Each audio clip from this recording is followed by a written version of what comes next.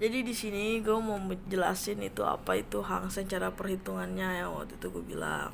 Tuh Hang Seng. Jadi Hang Seng ini 50 nilai gabungan dari 50 perusahaan di HK AS atau dan Cina. Jadi dia ini blue chipnya Hong Kong lah.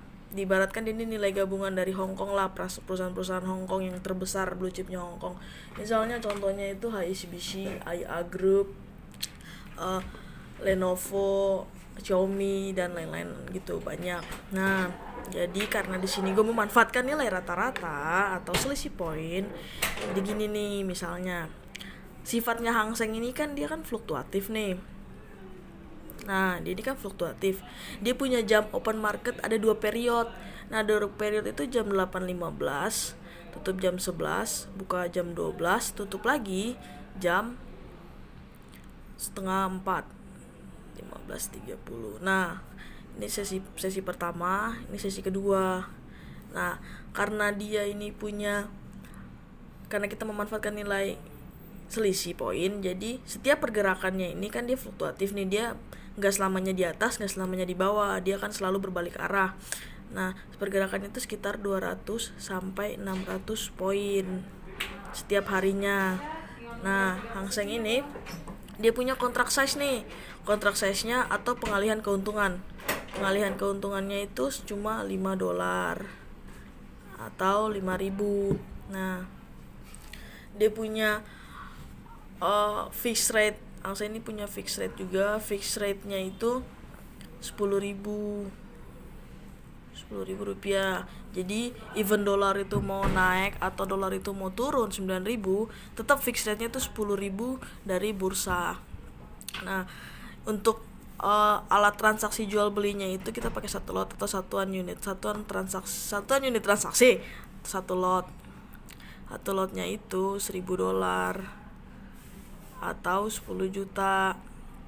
Nah, jadi cara perhitungannya tuh gini nih.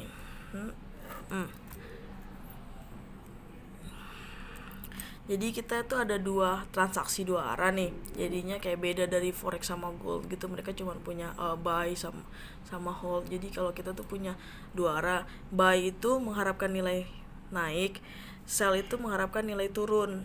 Nah, jadi misalnya contohnya gini. Kita ngebuy di sini satu lot, kita ngebuy di sini di 26.500.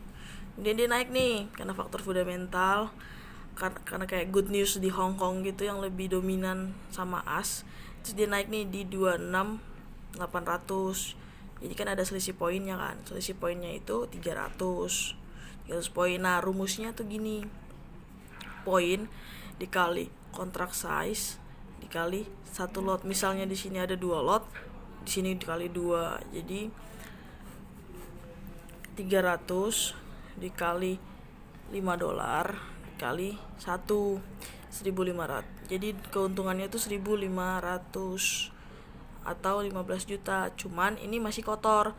Bersihnya dikurangi sama $50. $50 ini fee dari perusahaan, komisi gitu. $50. Jadi dikurangi jadi $1.450 atau 14.500. Itu keuntungan bersihnya. 14.500 itu satu kali transaksi. Jadi kalau misalnya lagi rugi nih, misalnya kan, tapi jarang sih rugi. Kalau misalnya lagi rugi itu dibagi aja nih, 300 dibagi $5 dibagi 1, jadi $60 atau 600.000. Nah, gini. Jadi kerugiannya ini cuma 600.000, keuntungannya 14.500.000. Jadi kalau misalnya lagi rugi, kan kita punya transaksi dua arah nih. Jadi kalau misalnya lagi rugi gitu, kita bisa di hold position gitu. Jadi kita bisa tunggu besok harga pasti akan berbalik arah. Pas lagi untung baru kita bisa close. Kayak poinnya tuh kejemput semuanya gitu. Nah, kalau misalnya jadi sehingga gue tuh bisa meminimalisirkan gitu kerugian. Jadi risknya itu kecil lah, risknya itu bisa 10% sampai 15%, cuma 10 sampai 15%. Nah sedangkan profitnya itu 20% sampai 30% itu udah saya jamin. Kalau misalnya market lagi sejalan itu bisa sampai 30% sampai 50%. Kalau misalnya dari faktor fundamental, good news ataupun bad news, jadi itu di 30 sampai 50% gitu. Jadi hasil analisa. Nah, jadi kalau misalnya yang saya bahas nih kan akun reguler nih. Akun reguler ini keuntungannya bisa 14.500.000. Jadi kalau misalnya akun mini reguler itu nilai depositnya itu di atas 100 juta. Kalau akun mininya itu di bawah 100 juta. Paling minim banget yang mini nih 10 juta. Tapi dealsnya itu 20 biar kayak ada ketahanan dananya itu loh yang dipentingin. Nah, jadi kalau misalnya akun mini itu ke nilai keuntungan ini tinggal dibagi per 10.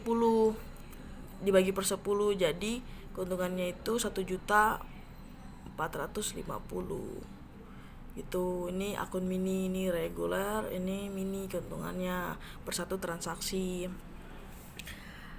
Nah, gue punya legalitasnya tuh di PT Victory International Future. Nah, PT Victory International Future ini dia itu di bawah naungan Bapeti,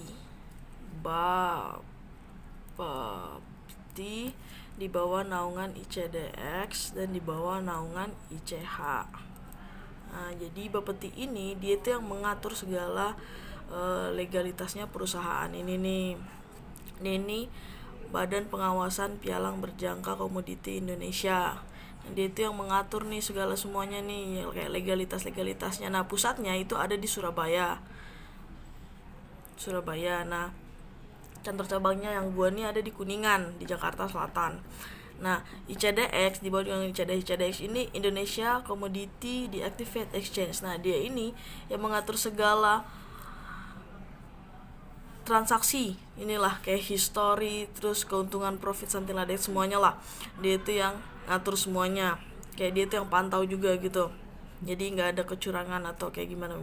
Nah, ICH ini Indonesia Clearing House. Nah, Indonesia Clearing House ini dia itu yang menjamin dana nasabah 100%. Misalnya contoh nih, perusahaan gue lagi bangkrut. Nah, dia ini yang jamin, ICH ini yang jamin 100% dana nasabah yang ada di dalam akun. Nah, karena duit nasabah itu nggak ada di perusahaan, nggak ada di CDX, nggak ada di CH. Duit nasabah itu aman, safe di bank. Nah, jadi ICH ini dia cuma sebagai tali untuk nge-report ke bank gitu. Jadi ke bank ini nanti dia itu akan langsung transfer gitu, kayak ganti kerugiannya itu ke rekeningnya nasabah. Gitu. Jadi kalau proses withdrawnya itu, kalau kan kita kerjasama sama BCA nih, proses withdrawnya itu 1 hari kerja misalnya gini nih, jam nih di bawah jam 10 itu paling siang atau sore udah cair ke rekening. Tapi kalau misalnya dia di atas jam 10, sini jam 10 ya. Kalau dia di atas jam 10, dia itu proses cairnya itu besok plus 1 gitu. Nah, jadi kalau misalnya pakai Mandiri atau Maybank atau Mandiri gitu, dia tuh biasanya tuh 2 hari kerja gitu. Nah, dan juga kalau misalnya ini di hold nih dia tuh nggak ada biaya inap sama sekali. Even pun ada biaya inap di hari Jumat, Sabtu, Minggu kan tutup tuh.